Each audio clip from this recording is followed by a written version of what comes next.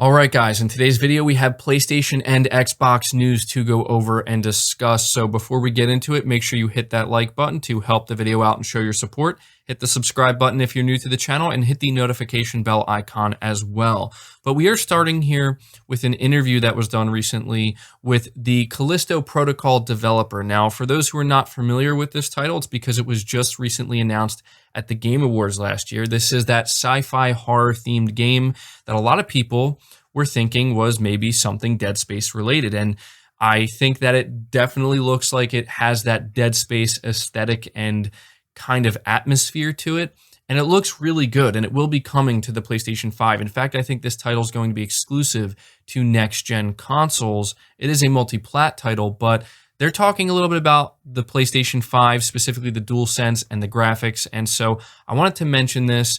We're also talking about another job listing that heavily implies, once again, that Sucker Punch is in fact working on Ghost of Tsushima 2 for the PS5. And finally, we have a very interesting rumor regarding Microsoft and how their spending spree within the gaming industry may not be over. And so I just kind of wanted to cover that and give my thoughts on it. So starting here with what this developer had to say about the PS5, Striking Distance Studios' Glenn Schofield has revealed that the team has some ideas brewing about the PS5 DualSense functionality for its upcoming sci-fi horror outing, the Callisto Protocol.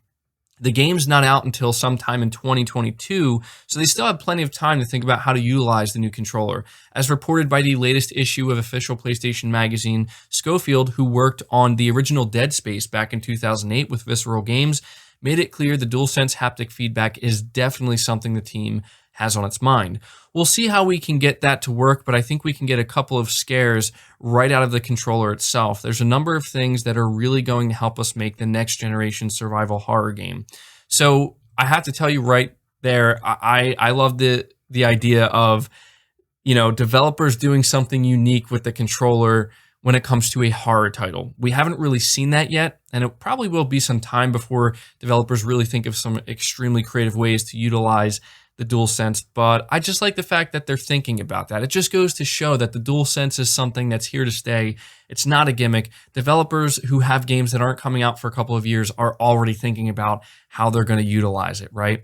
So it says here, elsewhere, he also spoke about the added graphical muscle afforded by next-generation systems, and he says, what we're building, right? It looks real, and they've looked real before, but it looks more real. There's so much detail we can put into it now. It's actually crazy. So not a huge, nothing major he's saying here, but I just honestly wanted an excuse to be able to talk about this game because this game looks like it's going to be incredible. I mean, the fact that it looks like it's a follow-up or a spiritual successor to Dead Space. And get this, you guys are not going to believe this. Did you know this game, the Callisto Protocol, is officially set in the PUBG universe? Yeah, let that sink in for a minute. That doesn't mean it's going to be anything like PUBG, but it's actually under the same company that makes PUBG, and I guess they just wanted to find a way to keep this set in universe. So supposedly this is set 300 years after whatever's going on in PUBG. So very weird, very bizarre, but still, this is what they're saying about the next-gen consoles and specifically the DualSense controller. So we're going to move right along here and talk about another job listing for Sucker Punch. Last October, we reported that a job listing on Sucker Punch Productions' website suggested that the developer is either gearing up for a sequel or more content for Ghost of Tsushima. Sucker Punch was specifically looking for a narrative writer who has a, quote, desire to write stories set in feudal Japan, unquote. So that is a dead giveaway, obviously, that this is more Ghost of Tsushima. Now that the studio has advertised another job, the wording of which further indicates that more Ghost of Tsushima will be coming our way. As spotted by WCCF Tech, Sucker Punch is looking for a combat designer who understands Ghost of Tsushima's core combat systems.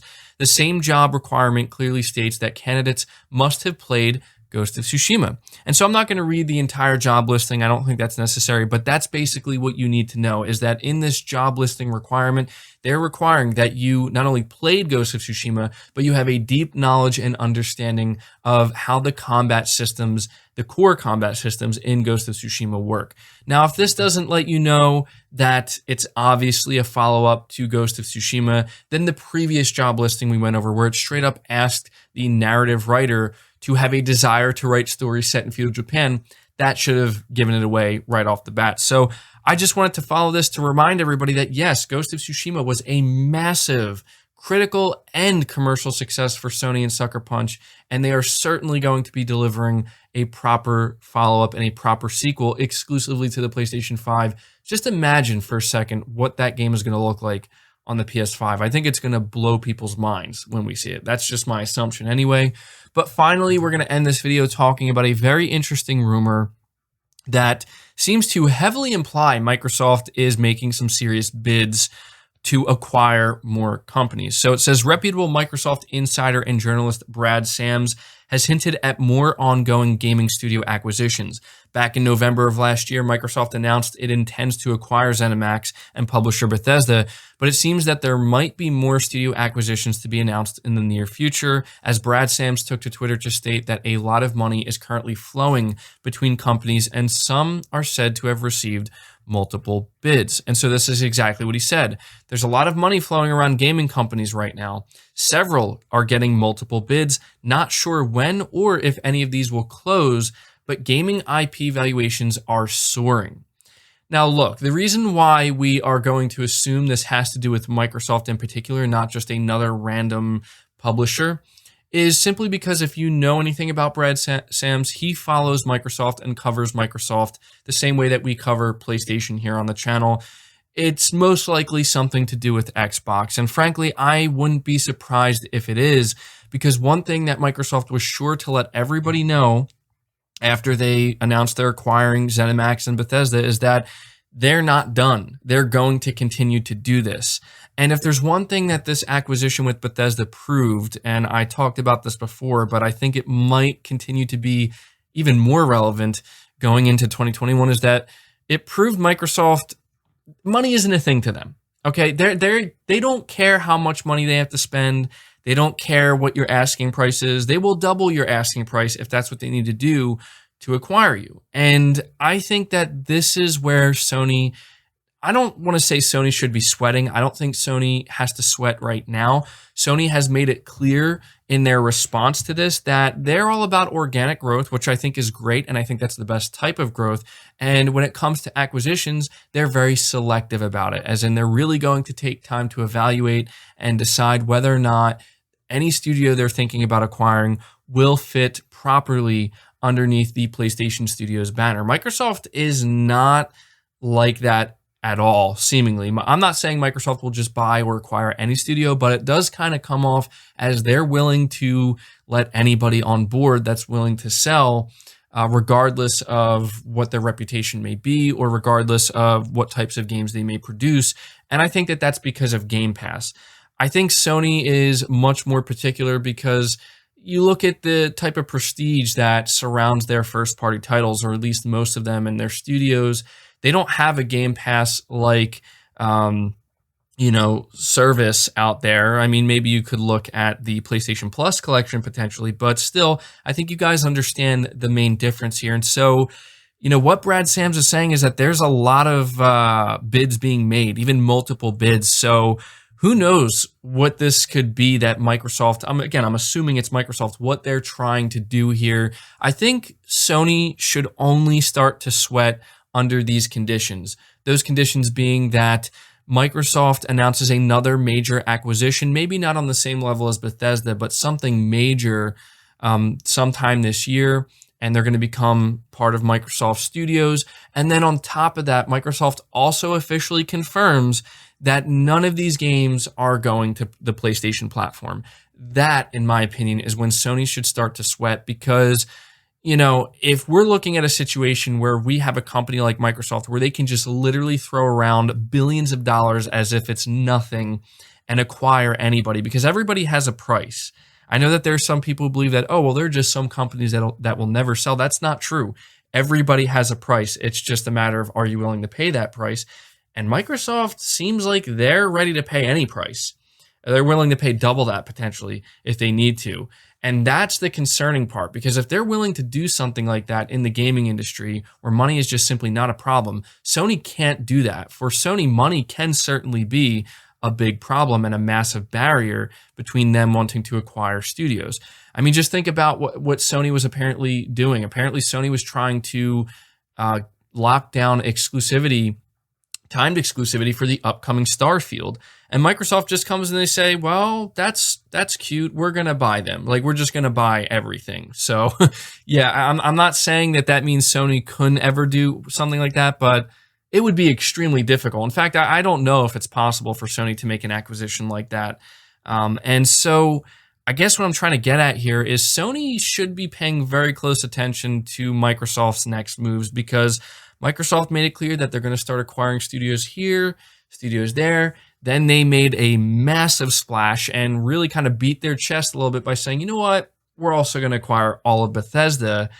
So yeah, I think Sony needs to pay very close attention to what Microsoft's next moves are here. I think the most important thing they need to pay attention to is whether or not future titles from these bigger acquisitions that Microsoft makes will make their way to the PlayStation platform or not. Because if they do not, that eventually, if Microsoft continues to acquire studios left and right and IP left and right, that will eventually hurt Sony. I do believe that. And that's the thing that Sony has to pay attention to.